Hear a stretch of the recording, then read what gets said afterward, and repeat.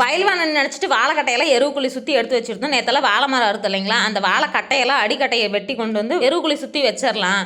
கோழியெல்லாம் பறச்சிக்கிட்டே இருக்குதுங்க. நம்ம என்னதான் சோளம், கம்பு, அரிசியெல்லாம் போட்டாலும் கோழிக்கு வந்து இந்த எருவுக்குழியில் இருக்கிற அந்த புழு தான் சாப்பிடணுன்னு இருக்க மாட்டிருக்கு. அதுக்கு அதான் பிடிச்சிருக்க மாட்டிருக்கு. சரி அது வேலையை அது பார்க்கட்டும், நம்ம வேலையை நம்ம பார்க்கலாம் அப்படின்னு சொல்லி பண்ணிட்டு இருந்தோம். வருஷத்துக்கு ஒரு டைம் 3 டிப்பர் 4 டிப்பர் எருவு வாங்குறதுனால ரொம்ப காசு செலவாகுங்க. அதனால இருக்கிறத பத்திரமா வச்சுக்கலாம். ஆடு மாடு வச்சிருக்கவங்களுக்கு என்ன மிச்சம்னா சாணி தாங்க மிச்சம். அப்புறம் வந்து வீட்டில் வந்து ஒரு வாரத்துக்கு ஒரு டைம் நம்ம சாணி போட்டு வலிச்சிட்டே தான் இருக்கணும். ஏன்னா தம்பிங்க வந்து சின்ன பசங்களாக இருக்கிறதுனால அந்த பக்கம் இந்த பக்கம் விளாண்டுட்டு குப்பை போட்டுட்டே இருப்பாங்க. நான் சும்மா கூட்டிகிட்டே இருப்பேன். ஒரு வாரத்துக்கு ஒரு டைம் சாணி போட்டு வலிச்சிட்டா நல்லாவே இருக்குங்கிறதுனால தான் சாணி போட்டு வலிச்சிட்டு அப்புறம் வேலைக்கு டைம் ஆயிடுச்சுன்னு சொல்லி சொன்னாங்க. வேலை இல்லைன்னு நினச்சிட்டு இருந்தேன். சரி லேட்டாக சொன்னதுனால சரி எல்லா வேலையும் முடிச்சுட்டு போகலான்னு சொல்லி பாத்திரத்தெல்லாம் கழுவி எடுத்து வச்சுட்டு அங்கே போனாங்க.